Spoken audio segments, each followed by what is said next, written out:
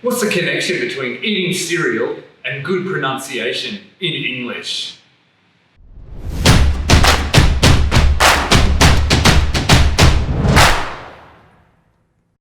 Alright, to answer this question, we're going to need the help of our good friend, Pronunciation Panda.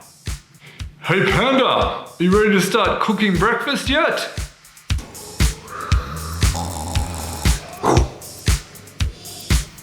Ugh.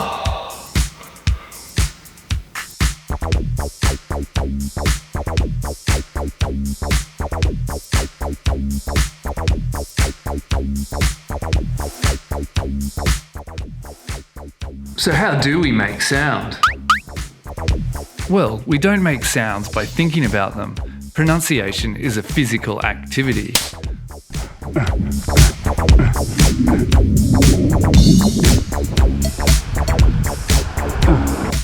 So, like eating breakfast, we use the nose, lips, tongue, teeth, palate, jaw, and voice box to produce sound. Phonemic breakfast is about the physical side of pronunciation, not the thinking side.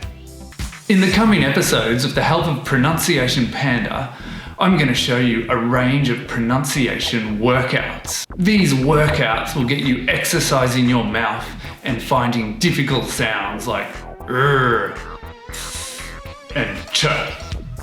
So stop thinking and start pronouncing.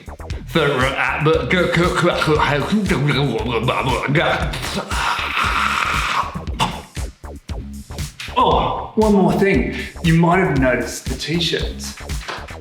They represent different kinds of language learners who have problems in English. And this one is me. No matter what I do, I have problems with my Thai pronunciation. I keep messing up the tones all the time until I feel like a ridiculous guy wearing this panda mask.